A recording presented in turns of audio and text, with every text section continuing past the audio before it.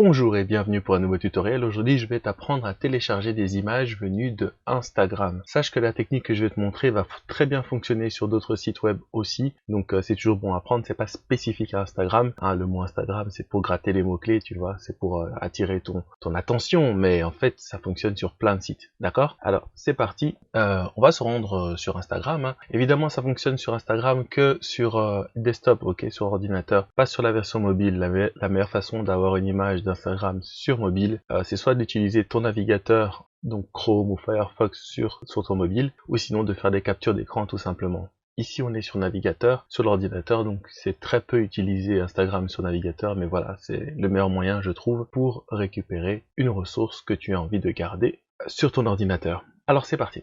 Ici par exemple j'ai cette photo, je clique dessus. Ah, c'est mon compte Instagram, hein. Tu peux en profiter pour me suivre, like, follow, abonne-toi, commente, etc. Tu connais les trucs. Et donc ici, voilà, j'ai une image sur mon compte Instagram. Et lorsque je fais un clic droit pour l'enregistrer, tu vois, il me fait enregistrer sous. C'est une page web qu'il tente de me faire enregistrer. Alors, c'est pas ce que je veux. Moi, ce que je veux, c'est l'image. Et donc, comment on fait? Alors, tu peux faire un clic droit sur l'image et là, tu vas faire inspecter. Et lorsque tu vas inspecter, tu vas te retrouver dans l'inspecteur d'éléments. Alors, t'es pas obligé de savoir coder, t'es pas obligé de savoir décoder tout ce charabia. Tout ce que tu dois savoir, c'est que c'est du HTML, d'accord? C'est le langage pour présenter une page web, pour structurer le contenu d'une page web. Et ça fonctionne un peu comme les poupées russes, tu vois, les matrioshkas. On met une poupée dans une poupée dans une poupée, ou des boîtes dans des boîtes dans des boîtes, et elles sont plus petites à chaque fois, d'accord? C'est pour ça en fait qu'ici il y a des petites flèches, ça permet de creuser, de rentrer dans une boîte, dans une boîte, dans une boîte. Voilà, a priori ça peut être un peu impressionnant, mais en vérité c'est juste complexe à regarder, mais en vrai c'est juste des boîtes dans des boîtes. Et donc ici, lorsqu'on a cliqué sur l'image et qu'on a fait inspecter, directement il va nous amener au plus près de la boîte qu'on recherche. Mais c'est pas d'office cette boîte-là qu'il va falloir prendre.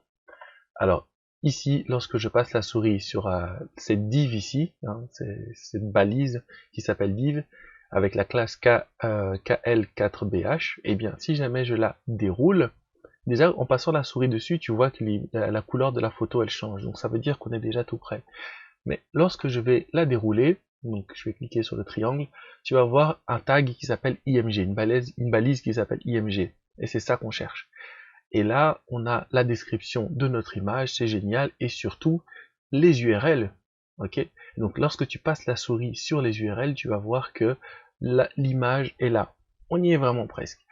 À une seule exception près, c'est que ici, l'image se présente sur plusieurs résolutions.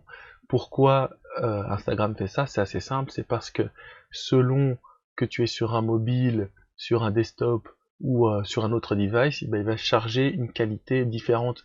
Selon même la rapidité de ta connexion, il pourrait décider de prendre la version la plus légère plutôt que de donner la version la plus lourde. Donc voilà, c'est aussi une manière de fluidifier la navigation sur un site web.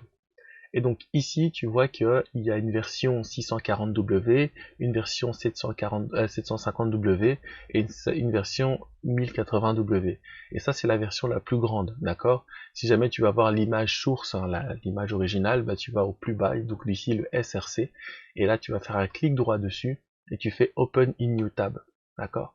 Et là, tu vas voir l'image en grand, ok? Donc tu n'as plus qu'à faire un clic droit dessus et enregistrer l'image sous pour l'enregistrer quelque part sur ton ordinateur.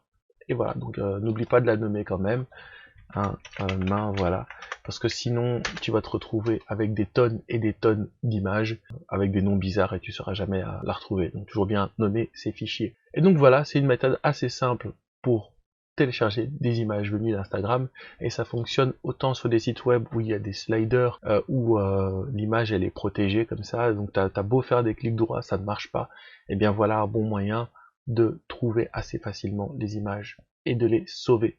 Alors évidemment il y a la capture d'écran aussi, hein, c'est assez simple, mais là avec la capture d'écran le problème c'est que tu n'as jamais en bonne résolution. Là tu es sûr de avoir la résolution avec laquelle l'utilisateur a posté son image. Et ça, c'est plutôt intéressant. J'espère que ce tutoriel t'aura plu. Si jamais c'est le cas, lâche un like, partage la vidéo, commente et abonne-toi à ma chaîne pour en avoir plus. N'hésite pas à me dire si jamais il y a des choses que tu as envie d'apprendre à faire sur l'ordinateur dans les commentaires et je serai ravi de te l'apprendre. À la prochaine pour de nouveaux tutoriaux. Bye. De nouveaux tutoriels? Nouveaux tutoriaux? Je ne sais pas. Bye bye.